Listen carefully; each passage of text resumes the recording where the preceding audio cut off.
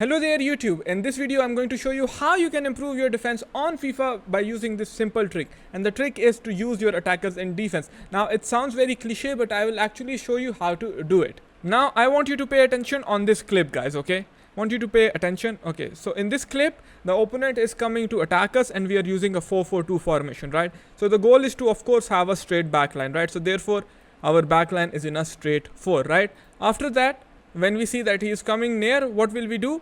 We will switch to Bale. Now why have we switched to Gareth Bale? We have switched to Gareth Bale so we can maintain a 4-4-2. Like I've always told you guys, maintaining the position of your players is the key in FIFA, and by switching to Bale, by clicking L1 and switching to him, we are actually doing that, and now Bale is gonna drop back and help us defend. You will see how it plays out. Okay, so after we have brought him back, we are now defending in a perfect 4-4-2 formation and using the passive aggressive technique with our CMs that I showed you the other day. And what this does it, now we have created 4 bags in the midfield and now we have 4 at the back. Now 8 defenders, and also our Saint Max is gonna drop back because we are using the striker drop back technique from the D-part tactic, right? And eventually after using the passive aggressive technique, and because we have our defenders dropping back, our attackers dropping back, we will end up getting the ball back. Guys, in this situation you can see we are using Griezmann and dropping him back manually, just using the R2 button, using the gas button and running back with him. Why am I doing this, right? I always encourage you to defend from the front.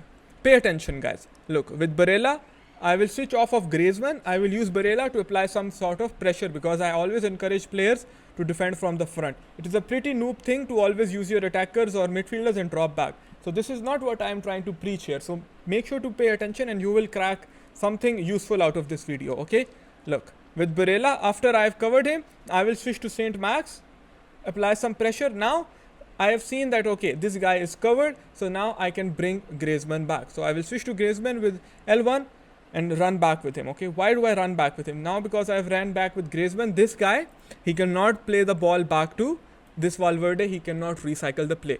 So I have forced him to play the ball in the wing, right? FIFA is all about finding the space, exploiting the space, and when you are defending, you have to defend the space that the opponent can create. So what do? We narrow down the space he can create. By using the attacker and dropping him back, we have cancelled the recycling option this guy might have had.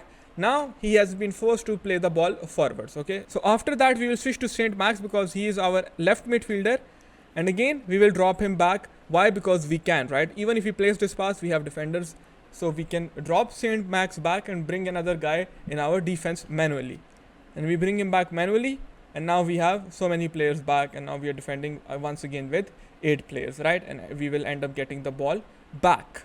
Watch this in real time, how accurate this type of defending is and why you need to incorporate it in your gameplay. It will also help you in FIFA 23. Why do I say so? Because it is fundamental, and fundamentals are always same on the FIFA. So if you can improve the fundamentals right now, you will definitely improve on FIFA 23 as well, guys. But you need to be very cautious with how you are bringing your attackers back.